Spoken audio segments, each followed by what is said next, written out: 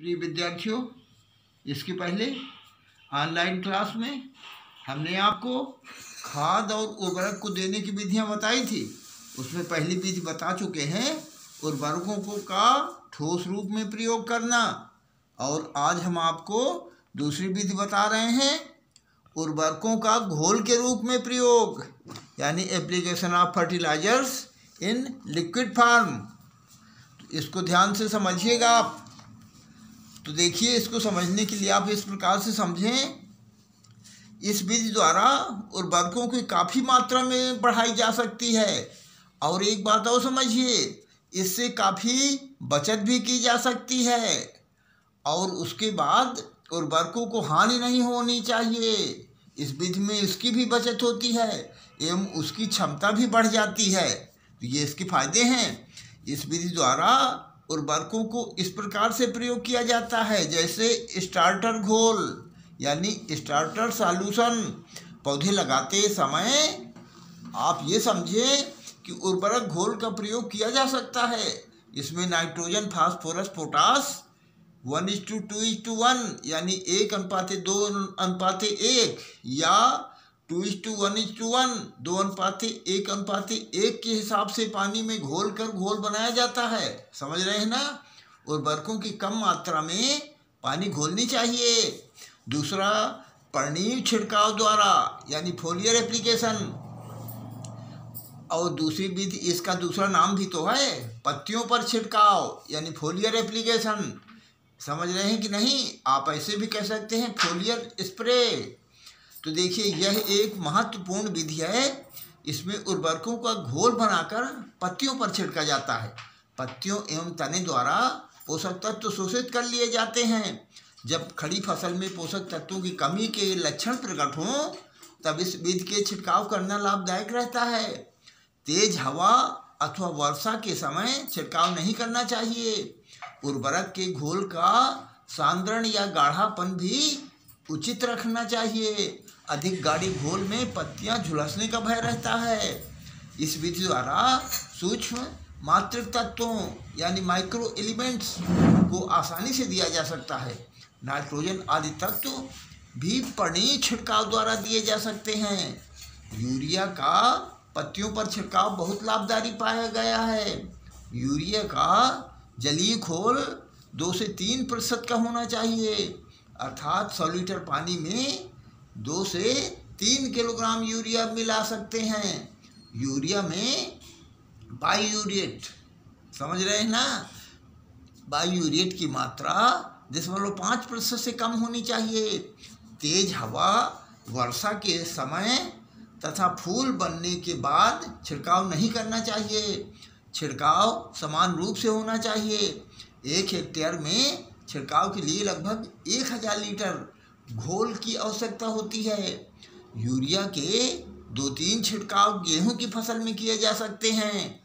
Urea को कीटनाशक एवं फफूंदीनाशक रसायनों के घोल में भी मिलाकर छिड़काव किया जा सकता है, जिससे श्रम एवं धन की बचत होती है। असिंचित दशाओं में उर्वरकों का छिड़काव विधि द्वारा देने से सर्वोत्तम परिणाम प्राप्त हुए हैं। घोल की सांद्रण अधिक ना हो, अन्यथा पत्तियां जलकर झुलस जाएंगी। तो आपने समझ लिया। आप एक बात और समझिए कि पर्णीय छिड़काव के लाभ इस प्रकार हैं। जैसे, अब लाभ ध्यान से सुनिए। थोड़ी मात्रा में दिया जाने वाला उर्वरक समान रूप से दिया जा सकता है। सूक्ष्म मात्रिक तत्वों को देने का सर्वोत्तम विधि है।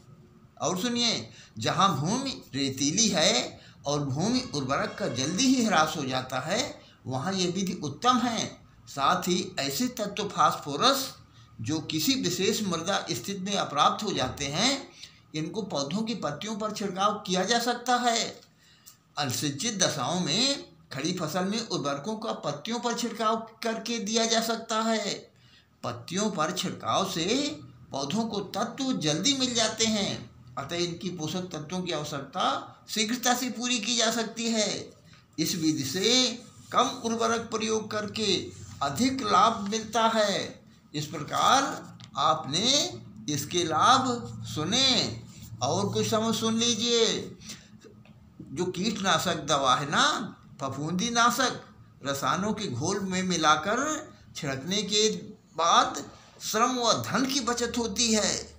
तो आपने ये समझ लिया। अब सिंचाई के पानी में मिलाकर के दूसरी विधि समझिए।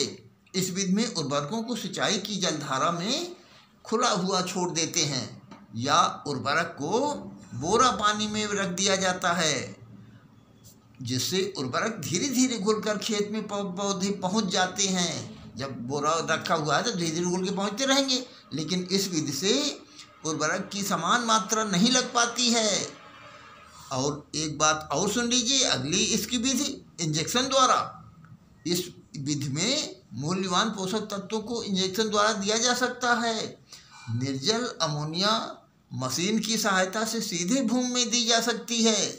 अब आप एक बात और समझिए, उर्वरकों के मृदा प्रयोग तथा पानी छिड़काव में अंतर समझिए।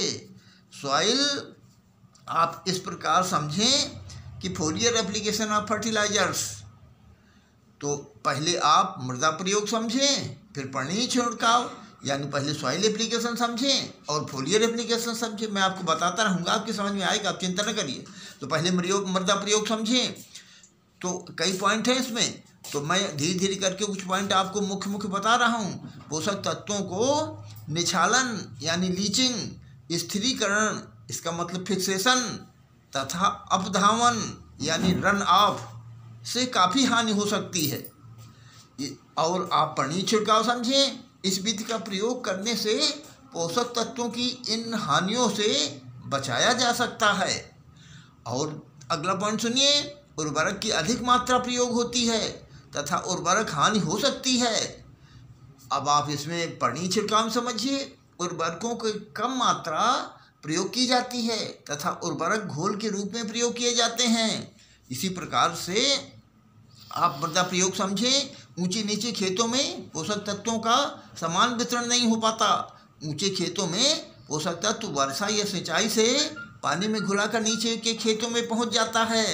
अब आप पानी छिड़काव समझिए।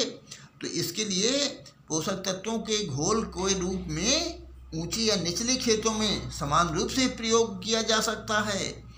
मृदा में प्रयोग से उर्वरकों का पौधों पर प्रभाव अपेक्षाकृत अधिक दिनों बाद प्रारंभ होता है। पानी छिड़काव में समझिए, घोल के रूप में उर्वरकों का प्रयोग करने से तत्व का प्रभाव पौधों पर शीघ्र होता है। इसी प्रकार से आप समझे मृदा प्रयोग सूक्ष्म तत्वों के यौगिक जो कम मात्रा में प्रयोग करते हैं का समान रूप से वितरण नहीं हो पाता है। और पानी छिड़काव में सूक्ष्म तत्वों के यौगिकों का घोल बनाकर समान मात्रा में किसी भी क्षेत्र में छिड़काव किया जा सकता है। तो इस प्रकार से आपने समझ लिया। और एक पॉइंट समझें, इस विधि से अचल यानी इमोबाइल तत्वों जैसे फास्फेट आदि का प्रयोग खड़ी फसल में नहीं हो पाता। इस विधि से अचल तत्व और पानी छिड़काव समझिए। इस विधि से अलग अचल तत्व इनका प्रयोग खड़ी अवस्था में कर सकते हैं। एक पॉइंट और समझिए, तो जिन मृदाओं के पौधों की जड़ें अच्छी प्रकार से विकसित नहीं हो पाती, वहाँ पर जड़ें पोषक तत्वों का अवशोषण उचित मात्रा में नहीं कर पाती और पौधों की वृद्धि उचित नहीं हो पाती है। पानी छिड़काव समझिए। इस विधि में पोषक तत्वों का शोषण पत्तियों, शाखाओं व तनों द्वारा होकर पौधों की बढ़वार उचित हो जाती है। धन्यवाद।